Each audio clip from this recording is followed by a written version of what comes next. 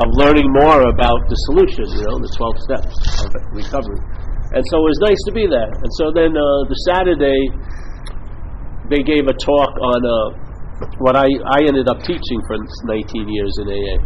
They gave a talk on this step called the fourth step, where you do an inventory process. And I had done one, but I had no understanding what I was doing. When I heard them explain it, I understood what it meant, what was going on. So I ran back to my room and I did one in like 2 hours, and it was pretty good because I saw my role in things finally. And that was the whole point of AA. Shift from blaming others, blaming your upbringing, blaming your parents, blaming the cops, to where's my role in things? Yep. But so I saw the value in that. And what happened is I started doing this talk every Monday night in the city on this chapter called How It Works in the Big Book. So I went over this for a lot of years. And then after about 9 years of it, something happened. I'd been investigating other possibilities. I went to a meeting like this, and I heard some ideas that I'd never heard before. And those ideas took root. Yeah, my mind was sort of open at the time, and it dropped in, and it germinated. And I started to entertain other possibilities. And the effects of it were shown in my lifestyle, which was recovery. So I went to these Monday meetings, and I started having a new vision about what was going on, what was the problem, in the sense, yeah? And I felt really confident about it because I had a big hit on it, and I started to see relaxation that came over me. Sort of like if we were in a room and everyone was exactly where they were and everything was exactly where it was, but it dropped down about 10 feet into a deeper relaxation. That's what had happened. Yeah, nothing particular had changed, but something changed. Yeah, I dropped into another level of relaxation or peace. So this is what I used to always talk about, and it's this one line in the Big Book. And this is when we're doing the inventory, and he's trying to explain the exact nature of the problem. Yeah? And he says, being convinced that self, the small s, yeah, a mental process, being convinced, which means to believe with certainty, that self manifested in various ways. So this mental state of selfing manifests in a lot of ways. A lot of ways. Yeah? So he says, being convinced of that self manifested in all these ways is what has defeated us. Yeah? So that's like the requirement. You've got to sort of get to the point where, hey, this is the culprit. Yeah, this whole idea. This is the root of the problem. And he says, all right, if you're convinced of that, we consider what has defeated us. We consider this common manifestations. Yeah, this was the trick. So manifestations, expressions, same thing. Yeah, they're like an expressing of an impressing. Yeah, so the selfing impresses and then expresses out. So it manifests. And it says, all right. And the next sentence was, resentment is the number one offender of all these manifestations of selfing. Resentment is the number one because it kills more alcoholics than anything else. Yeah, it erodes them. They get freaking cynical and deeply, just vindictive and all like this. So it's a very, very, very. It's like one of the most. It has a very large effect, that manifestation of selfing. And so all the while, when I was telling people how to do this inventory, I hadn't had this spirit. This spirit dropped in that the self is a foreign installment. Yeah, that it's like a parasitical movement. It has nothing to do with me. It has all to do with me, but it has nothing to do with what I am. Yeah, just a vague possibility that could be so. Once that entered my head, it changed everything. And what did it change? I was attempting to be free as a self. I was attempting to get relief from self for the self and as the self. Then I realized the real relief is from the self, and then that's that. Yeah? Just entertaining I'm not that opened up all these other doors about all this other stuff I'm not. Yeah. But that was the root of it. When I saw I wasn't that, then I'm not the one who has the resentment. There's just the resentment. It's just a peculiar mental state responding to a situation that's arising right now. Yeah? And the mental state is going to give the meaning to what's arising. The arising is not giving the meaning to the mental state. And if the mental state keeps demonstrating the manifestations of self, I'm probably in self-centeredness. Yeah? I'm probably living under that navigational system. Yeah? In other words, like Jesus says, you'll know the tree by its fruits. If you see a lot of the expressions of what he calls self, then you must be living under it. Yeah? So if I'm in a lot of anxiety and fear, and I'm resenting a lot of situations, and I'm acting out to get what I want, because I don't believe I'll ever be taken care of, so I'll got to steal here or do that and doing this, those demonstrate that where I'm coming from. I may have this idea I'm coming from Paul, but Paul is a manufactured sense. Yeah? Paul is just a sense that vaguely tries to capture a system of thought and interpretation called self-centeredness. Yeah? And why? And it's just like if any parasite, what would happen if a parasite, he has to live off of something else, yeah? Parasite doesn't have its own life. The parasite clings onto something and it feeds off of that life. Yes? So here's the parasite of alcoholism, and for me, the much larger one that goes unnoticed, which is self-centeredness, relying on this idea of being a long-lasting, independent, separate entity, relying on the idea that you're a long-lasting, independent, separate entity. The identification as a thinker, the feeler, the body, this and that. Yes? That act of being identified opens up that whole system of thought and gives it an opportunity to express. And therefore we're saddled with all its manifestations because it's sitting on top of the horse. Yeah? So what would happen if it was dethroned? Find out. That's the good news. You find out what's going to happen.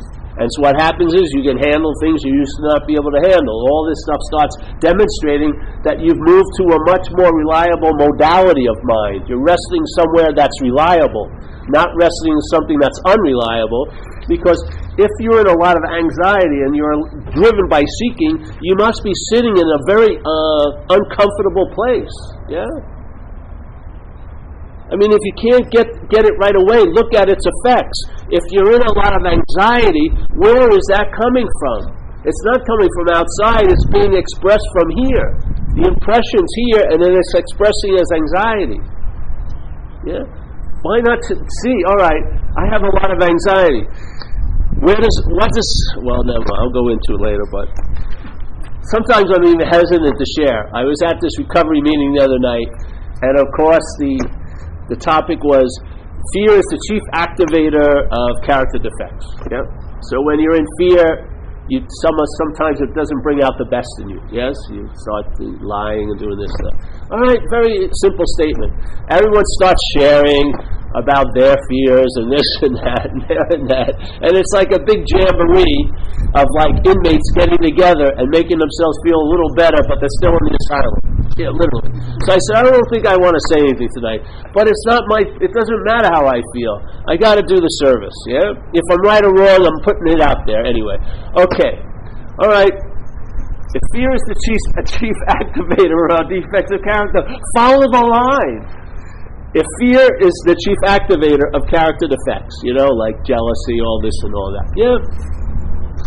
Now, you would imagine that the best way to deal with your defects is to deal with the fear. Yeah, obviously. If the fear would diminish, the defects would probably diminish because they're rooted in the fear. Yeah, they're getting their oomph from the fear, the defects. Yeah, so we're going to follow it back to the fear. All right, but follow it farther back, where there's a statement in this book says it very clearly in the fear inventory. He asks ourselves, why do we have so much fear today? Yeah. All right. Why do I have so much fear today? Well, I know why I have so much fear today. My knees out, this and that, all these stories. But he goes right to the root of it. All that's just dressing or condiments or like embellishment or embroidery on the fact that you're relying on self. Yeah. So it says, why do you have so much fear today? Stop. Isn't it because you're relying on self? Yeah. Or self-reliance has failed you? Isn't it because self-reliance has failed you? So why does self-reliance fail us so more? Because it's a failed system. It's not personal. The personalness is a manifestation of the system. It makes you feel so special that you're fucked. Yeah? But anybody whose mind would rest in that failed system would have a quote-unquote somewhat failed life, because it's a failed system. It can only produce what it's basically based in. Yeah? So, alright, so you go like this. Alright, so the defects of character are activated. In other words, they're latently there. Everything is latently available. Yeah? You may not be insane for 25 years, and if you do some drugs right now, you'll be insane in 2 minutes. Yeah? It didn't take it 25 years to find you again. It's right there. As long as you open up to it, it downloads quickly, because it's all latent. Every possibility is available to move through us. Everyone, every possibility the mind can entertain can come through us. Yeah.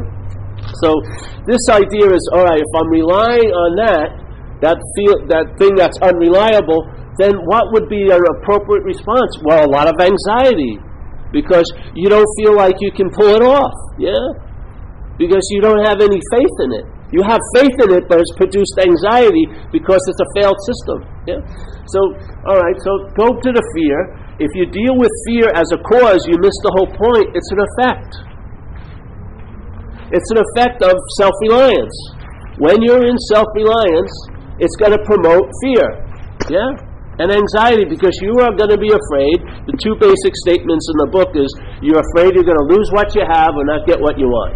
Yeah, it's going to be like a weather front hanging in every one of your days. Yeah, some days you'll have a lot of sun, but it'll be circled with the weather front. Sometimes there's no sun, the weather front's heavier. Yeah, but the weather front is always there on the horizon, and if the condition of mind moves to a certain point, it's over you. Yeah, if the light is seen, it goes.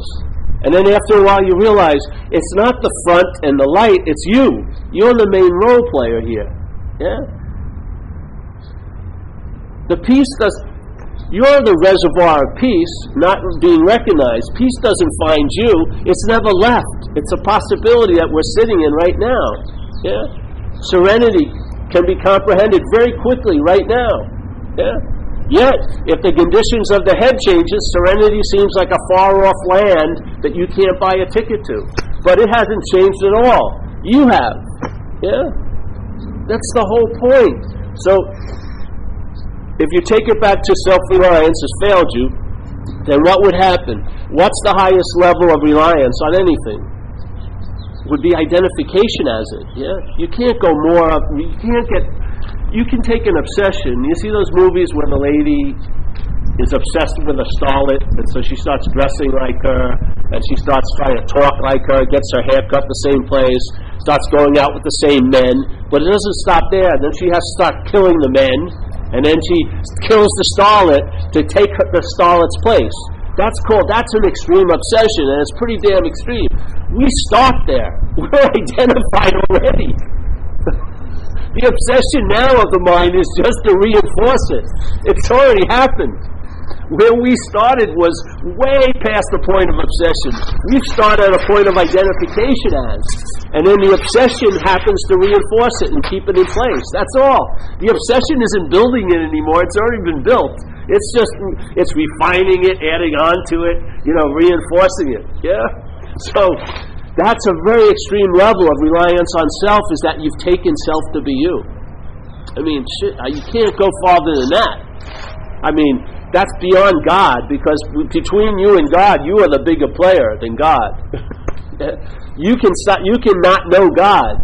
So you're a bigger player at the table.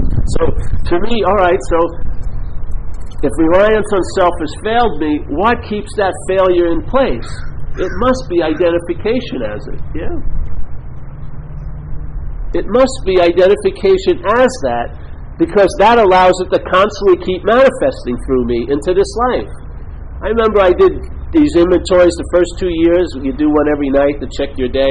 I did it for 2 years in a row, almost every night. Drove Wendy crazy. And I had this little journal. I wrote it all out. And after I found it about 16 years later, looked at it, and it was the exact same every night. I'm afraid of fill in the blank.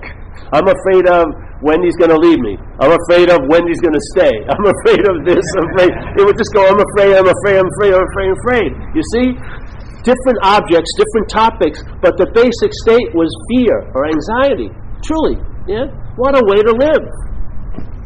What a way to live that all day you're just trying to relieve yourself from a basic state of anxiety. Taking pills, drinking, watching movies you've seen before, yapping over the phone. Some people in my household, they tell the same story 4 days in a row in the same week. Every time, I heard that yesterday. I dated it. It was yesterday, May 25th. They're running it by me again. You know, it's okay. I'm going like this. You seem like you have great hindsight. No, I know, I've heard it already. So on and on and on. So the whole idea is there's this, if that's a state, if that's the condition that is not looked at as a condition, it's now been deemed a state, then that's what's going to entertain all the other conditions in your life. So even when joy comes, it's going to be tinted with anxiety. You're going to be afraid it's not going to last. Yeah? You're going to try to grab it instead of dancing with it. And you'll be wondering why all my little reactions to life don't work, because the state where the reactions are coming out of is a failed system. Why not get to the root of it? Why like snip at the R of fear and the F of fear? You know? Why not snip at it, see if you can make it, move the letters and get it into a different thing so it'll work a little better? Why not just start entertaining the possibility of, at least, of a radical freedom? It can all be construed in time as progression, not perfection, but at least bring perfection into it. Instead of the constant identification with what you're not all day and using that as the starting point. Your race is going to be like, it's always going to end up in the same place again. The next morning you'll wake up and you'll have anxiety again, but you'll have different things maybe you're anxious of. But your thing, that basic state will be anxiety. Yeah? You'll just find different objects to cling to, but the state that's going to welcome the day is anxiety. There is a way. There's a different way. There's a solution to it. There's a solution that's worth its salt. I mean, it will work. If entertained, it's not based on doing and having. We're doing tons of shit already. How many people here are trying to improve themselves all day? A lot of us are. That's fine and good, but what you're improving isn't what you are. So while you're improving it, which will make it a little easier to drive around the turns of life, because my Toyota's a clunker now, So, but at least have the possibility that you're not of this place. Bring a little bit of what you're of into what you seem to be in, a little. Like coming to one of these talks once a week will give you at least a little dollop of it. You'll get a sense of something other than that, and then you'll see it's an illuminating factor. It's not a path to illumination. It's not another thing to do. It's just something to recognize that it's already so. Yeah? The mind, instead of being totally reflecting and sucking in the reflections of self as a self, that mirror is two-way. It can actually reflect infinity. It can reflect, like, if you look at the big sky like today, it gives you a sense of largeness. It can reflect that sense of largeness and bring it into the constant mental activity of being small all day. Just a little bit of largeness goes a long way. Yeah? But if you've got a straight diet of smallness, then little bits of smallness will seem larger than the other smallness. Yeah? Bring in some largeness into it. Allow it in. Like that, there was an old vampire movie in Sweden, very good one. Please Let Me In or something. Because because the vampire can't come in unless it's invited. Yes. So in this sense, you in a way, when it comes to the blocking off the sunlight of the spirit, all it needs is a 5-cent shade to block it off. But if you follow the shade, you're holding it down. You're the participatory event. Yeah? Nothing is imposing blockage of the sun to you, you're participating in it. Yeah? The mind is participating in it. So you don't put your freedom off or your salvation off another freaking second. Realize you're the source of what you've been looking for. All the while sitting right where you are. Just because it's structured mentally as this action figure who has all these problems doesn't change the damn fact of what we are. Yeah? All the growing up in the body and taking on all new personalities never changed the fact of what was first enlivening the body when we were babies is the same energy enlivening it now.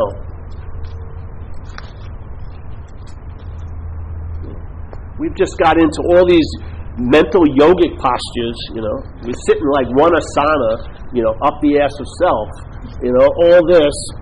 It's an assumed position. You weren't born that way. Yeah? The society can't pin you in that position. It's not that posture. You have to be a participant in it. Yeah. So when you entertain that, hey, because every savior is going to fail you. I'm telling you, that's its value. So that you look upon yourself once again as the source. But I'm bound. All right, so that becomes the basic state. I'm bound. So what does it seem to logically initiate? Seeking to get unbound. But the true relief from bondage is prior to the bondage, not after it. It's prior, realizing there was never a one to be bonded. Yeah? All there is bonding going on. And if you buy it, you feel like you're bound. And if you don't buy it, you're not bound. Yeah? The binding does not bound you. It's your belief in it. Yeah? Just check out one day. You have the same dilemma you had yesterday that totally had you crippled, demoralized, and depressed, and now nothing has changed, and now you feel buoyant and uplifted today. What happened? Did its clench on your throat loosen? No. Something from your side changed. Yeah, it didn't have to change. Something from your side changed. But a lot of us, we have this side changing based on that changing. Yeah? Instead of realizing this doesn't have to change only after that, this can be changed while that is seemingly that way. Yeah? It's like empowerment. I don't like those words because it's like we're at like a Salesforce meeting, Sell 50 brooms today or whatever. But it's an empowerment. Yeah. Then you don't have to read a whole book. You can read one sentence and it will be as if a whole book downloaded. Because your mind is fertile. It just wants some new seeds,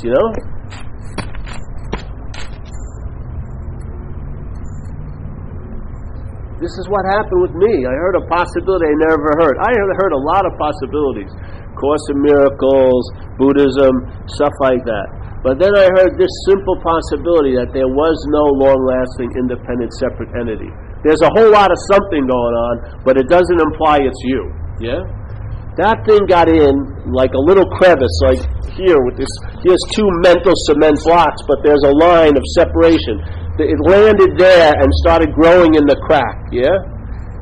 And then it started to flower, and then it opened up. And then some seeds came out, which spawned more of them. So my mind started entertaining that possibility while I was doing recovery. I didn't have to leave recovery to concentrate on this. I didn't have to leave that to concentrate on it. Concentration isn't the way. It's an entertaining of it. It's not like, all right, I'm going to get my aperture focused and get my goal set and I'm going to go for it. It's more like this. It's like it's an opening, a relaxed awareness, not a concentrated mental condition, but a relaxed awareness. Yeah, open, big, and you'll sense your own presence, not the mental presence that's hijacked how you used to feel when you were a kid, when you were a baby. No, not that mental presence. You'll feel the presence of consciousness moving through an apparatus. You'll sense it. You'll sense what's on that's never going to appear here as itself. It can't because it's not a thing. Yeah? But you'll sense it. You'll never have a dark night of the soul because you'll be there. You won't feel like you're abandoned because you will never be abandoned. Yeah?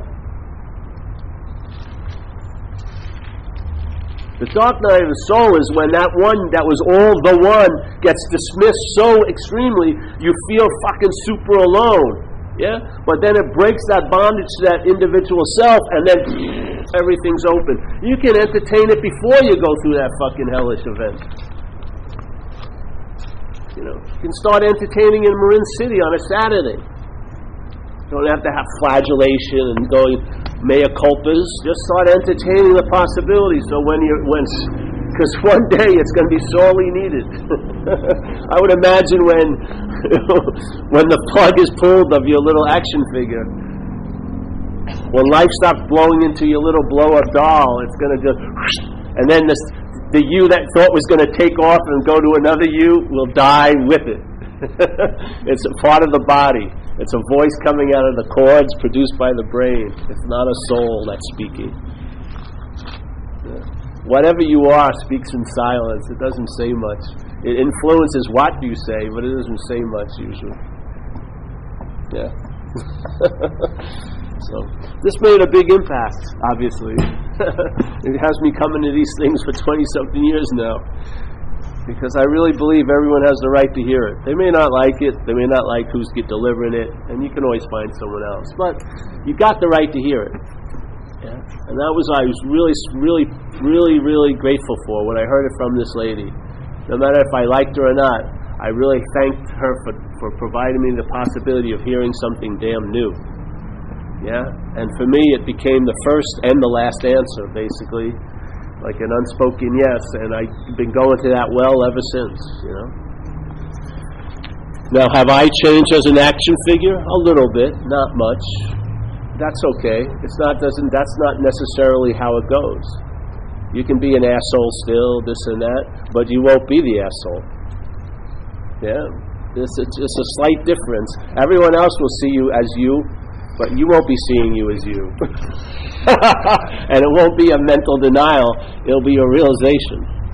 So everyone can capture me and keep me the way they want by looking at me a certain way, but I'm not beholden to that. I'm free from how you view me. Because I'm free from how I view me. Yeah. Now, my action figure goes through a lot of stuff. Yeah. When I first was drinking, I had magnetic appeal to people in uniform. Got arrested so freaking much. Got run over twice in one night, which is an incredible, difficult thing to do. If you ever tried to do it, you probably never could. Nothing. There's no way you could pull it off. But I didn't even try to do it, and I got ran over twice. Yeah? All this stuff. The action figure, the figure gets sinus infections, last a month, knees, hernias, up.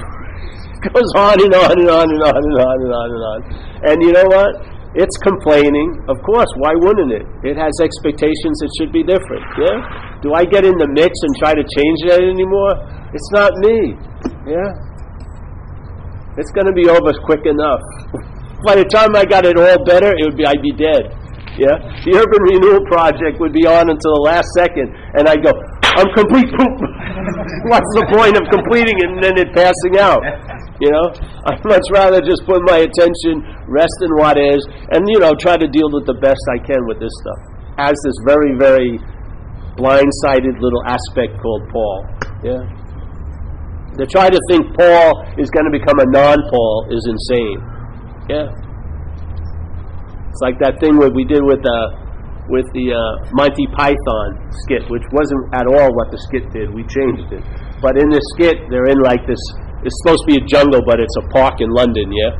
And they're in the bushes, and they have all this safari gear on, and they come out, and they're exasperated. Oh, Jesus, all our water's run out. We have no more food. And they're realizing they're all going to die. And then one of them goes, "But someone's filming us right now."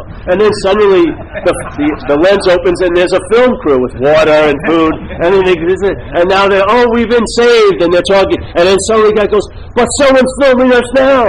And then another film crew, seeing the film crew, and it goes on and on and on. You are always going to appear in front of the camera as the action figure. The action figure is always going to appear in front of the camera. Yeah? What you are is not appearing in front of the camera. It's appearing as the action figure, but not as itself.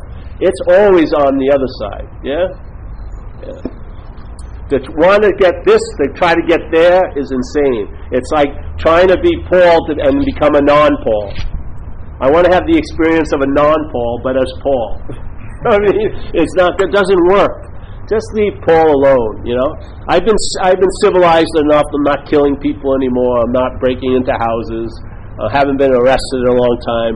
Jesus, no more project of renewal. It's all fucking, you know. You don't like the site, go somewhere else. Basically, I'm not paying much attention to it anymore.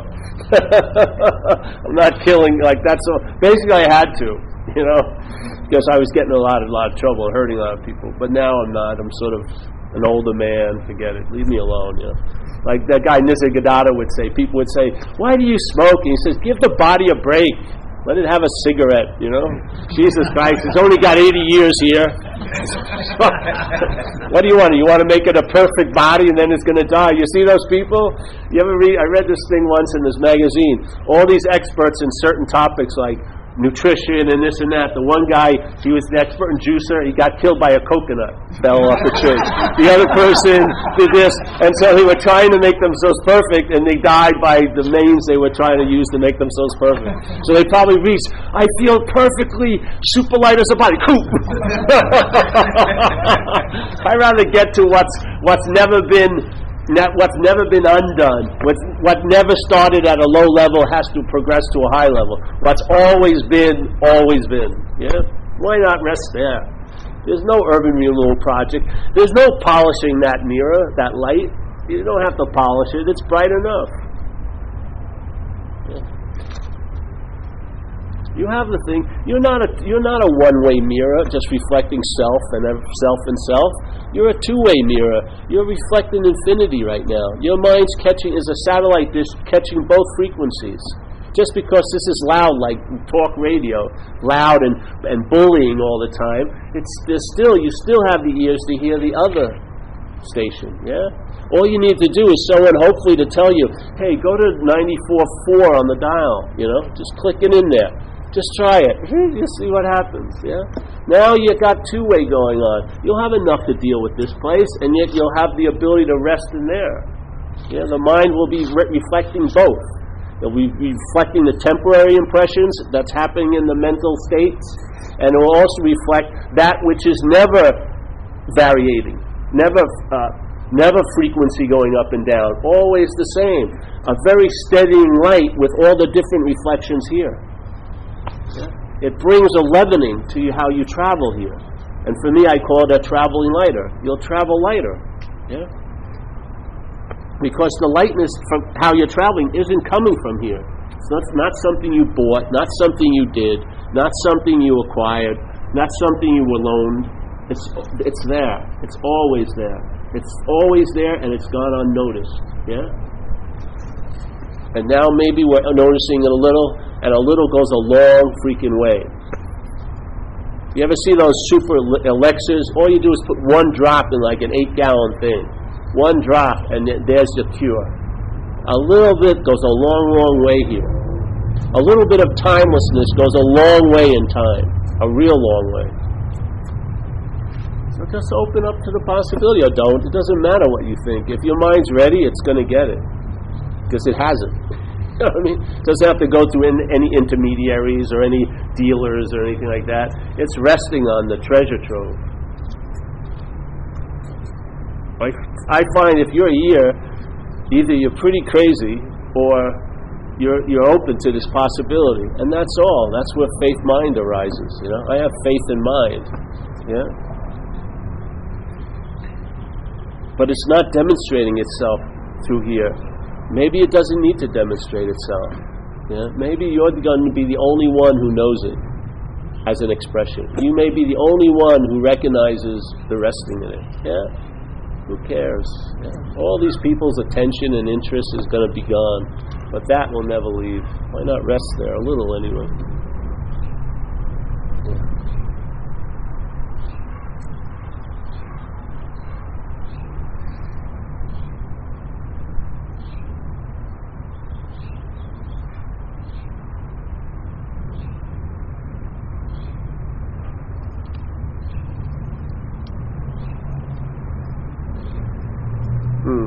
Any questions today? Did I give you enough of it? No. It's only 34 minutes. I know, it's all based on time. If you sign up for 2 hours, you want 2 hours. It's like being a performing animal sometimes. You're supposed to, we contract you 2 hours. All right, 2 hours. You just beat a dead horse. This is an invitation. You know how you match it? With curiosity a little bit. Yeah, let your curiosity run with it and see where it takes you. And then find out. And if it works, come back and get it reinstilled or at least reinforced. Because that's what the mental condition's doing. It's constantly reinforcing its insane ideas, constantly, through the thoughts and through language. Everyone is talking. We're our own hypnotists. It's amazing. People are saying some crazy shit, and we're totally there to co-sign it. It's like we're a notary public that will stamp anything. All right, yes, you're really fucked, but I don't see it, I don't feel it, I don't taste it, but you're really fucked. No, you're not. It's not happening. Entertain it that. Entertain that it may not be happening. Instead of getting constant condolences, you'll be getting condolences the rest of your life. It's a meager, pale substitute to relief. Relief is so much better than having people agree with how fucked you are. I'd much rather have relief. So now,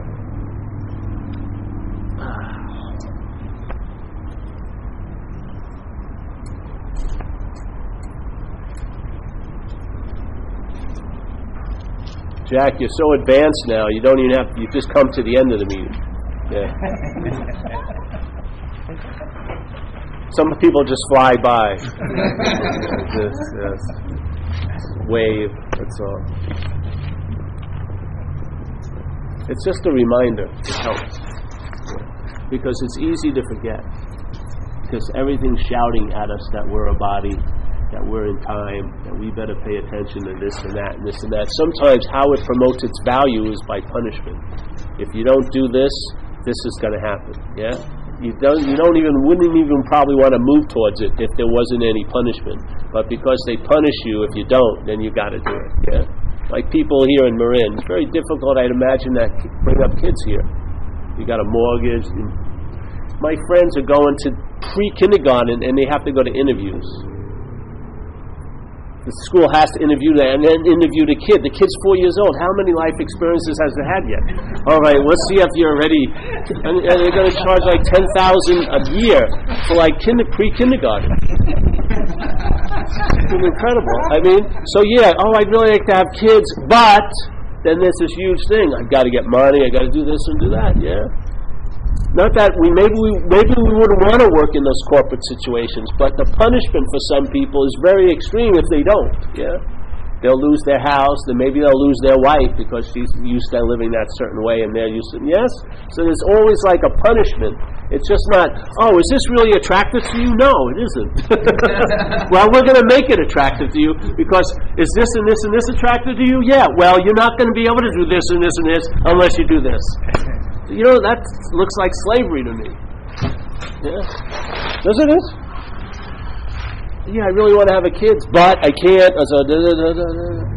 So I have to become indebted for the rest of my life so I can, have a place to, bring the kid up. And of course, he's got to go to a good school. That's going to cost a lot more than a public, and on and on and on. You get caught in it. It's like you just alight on flypaper, and then every time you try to get off it, is sticking you even more. Yeah, it's like just like with me. I made a mistake, had an operation, and the Pandora box opened. Fucking the operation's gone wrong. Now I'm going to hospitals and doctors, and no one has any freaking clue. And I swear, it's just like when I used to get arrested. I got arrested, then you go in urinalysis, then you got to see your public defender, and then you get a probation officer. They make it so hard just to get high. You know what I mean? But I was willing to take as much punishment as they could give me. But a lot of people can't. So you want to do something you love, and yet, now they're charging like $20 to go to a beach or something, yeah? Maybe you like to surf, but now $20 every time you go there? It's insane, eh? I don't know. There is a way, there's a solution. It's right where you are, seriously, but not as you are, not as what you think you are.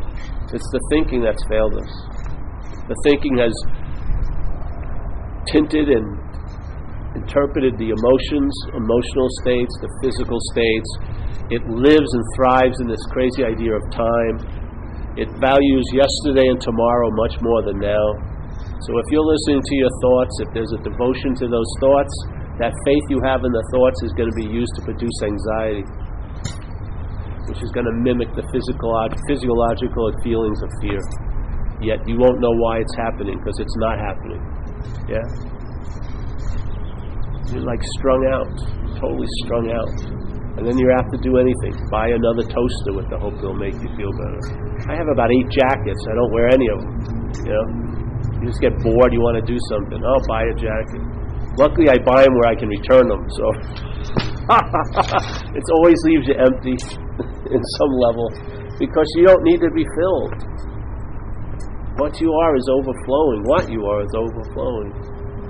Yeah. And what you're not is insatiable. It's never going to be filled. And if you got the worst curse of getting what you want and then that doesn't satisfy you, you're really up shit's creek. Yeah? I mean, if you get all the things they told you would make you happy or translate into happiness and it doesn't translate, after you go through the years of blaming yourself, maybe you start looking at the formula and you go, hey, that just doesn't work for me. Yeah? So, all right, I try to use that as filler. That's it.